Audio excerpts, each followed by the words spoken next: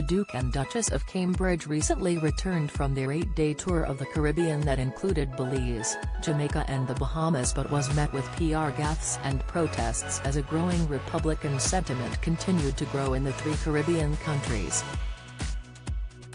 But Loose Women panel member, Jane Moore, has suggested that had Prince Harry and Meghan Markle visited the Commonwealth there would have been a different outcome. While Prince William and Kate Middleton were met with a warm reception and much fanfare from members of the public, politicians, including Jamaica's Prime Minister Andrew Holness, used meetings to make clear in public they will push for the island to be a republic with a referendum this year. There was also a protest outside the British High Commission by Republicans also demanding slavery reparations from Britain and the royals. Jane, 59, has since claimed that the royal family would not be so fractured if they allowed the Duke and Duchess of Sussex to continue representing the Queen by showing devoted duty to the 54 nations of the Commonwealth.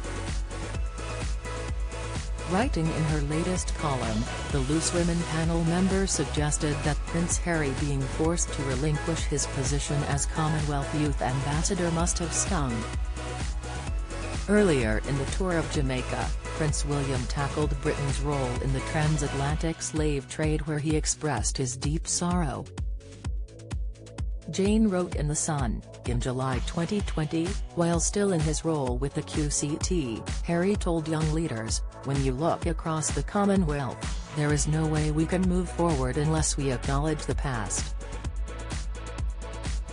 This was something his brother William attempted to do in Jamaica last week when he expressed deep sorrow for the transatlantic slave trade after Prime Minister Andrew Holness had pretty much thanked them for their efforts while suggesting the country wouldn't be requiring their services for much longer.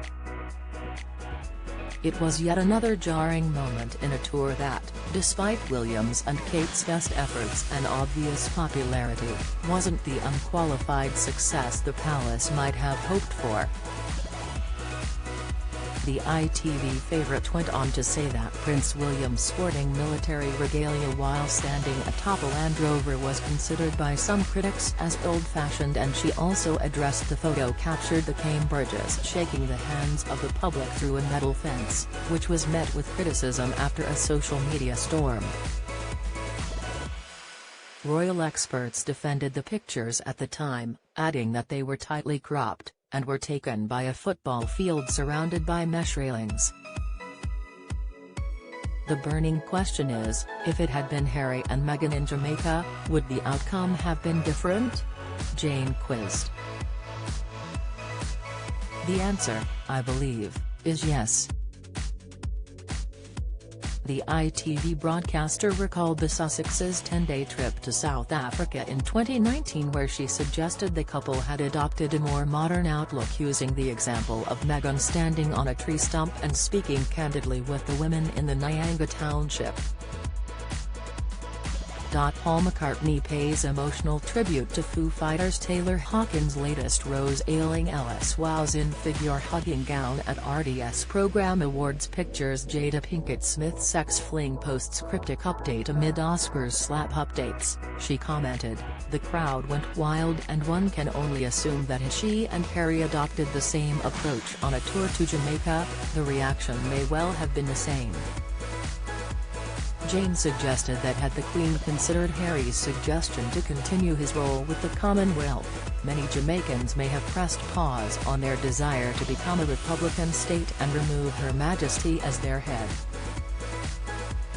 She concluded, if the Sussexes had been kept under the royal wing in the Commonwealth role they asked for, then the Cambridges could happily have stayed home with the kids. Harry would still feel wanted and the royal family might not be as fractured as it is today. The Duke and Duchess of Sussex stepped down from their royal duties in 2020. Elsewhere, Prince Harry and Meghan decided to not attend the Duke of Edinburgh's memorial service, held almost 12 months after the royal's death. Harry, who was due to travel to the Netherlands in 2 weeks to attend the Invictus Games, refused to travel over a row about his security.